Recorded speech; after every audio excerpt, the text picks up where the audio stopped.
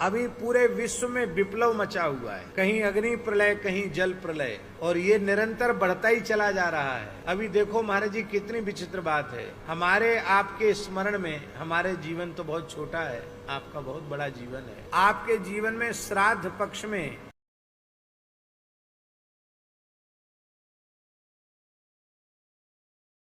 पूर्णिमा, जब पितरों का आवाहन हो उस दिन भी ग्रहण लग गया हो, और जिस दिन पितृ विसर्जनी अमावस्या उस दिन भी ग्रहण लग जाए, 15 दिन के अंतराल में 2 ग्रहण हमारी स्मृति में नहीं है, कम से कम श्राद्ध पक्ष में तो नहीं दे। ये सब जो हो रहे हैं ये भी महाविनाश के संकेत है। सब कह रहे हैं तैयारी करो, कोई कहता सोना खरीद के रख लो।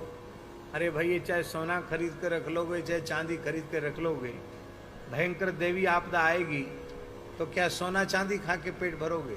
महाराज जी, जल के बिना खेती नहीं होती है। लाखों हेक्टेयर भूमि जलमग्न हो गई, लहलहाते खेत धान के सब, वहां कमर कमर भर पानी हो गया, खेत भी खराब हो गए, वहां धार चल रही है पानी की। अभी वृंदावन की ये हालत है।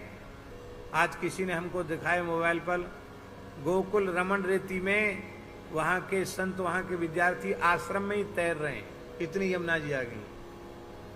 अपने मलुक पीठ में, वृंदावन परिक्रमा मार्ग में तो इतनी यमुना जी चल रही है, आप खड़े होकर वहां खड़े नहीं हो, इतनी तेज धार चल रही है यमुना जी। हमारी जो पुरानी गौशाला है उसमें कम से कम 10 फीट पानी है यमुना जी। नई गौशाला के द्वार तक भी पहुंच गया।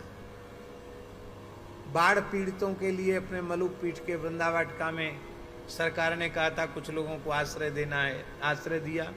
जिस हॉल में उसको रखा था उस हॉल में गंज यमुना जी आ गई, अब वहीं सब गंदगी कर रहे हैं, क्या करें। और इतने बड़े जल के बाद फिर महामारी फैलती है, क्योंकि पानी जगह जगह रुक जाता, कचरा रुक जाता है, फिर वो सड़ता है, मक्खी मच्छर बढ़ते हैं, गंदगी बढ़ती है, फिर महामारी फैलती है। यह सब जो भयंकर उत्पात हो रहे हैं, दैवी उत्पात, और पूरा विश्व, ये तो कब लड़ झगड़ कर आपस में मर मिटेंगे कोई ठिकाना नहीं है।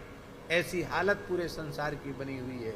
ये सब है गो हत्या का भयंकर परिणाम। इसलिए गाय की रक्षा संपूर्ण धरती की रक्षा है, संपूर्ण प्रकृति और पर्यावरण की सुरक्षा है, और गाय का वध पूरी पृथ्वी की हत्या है।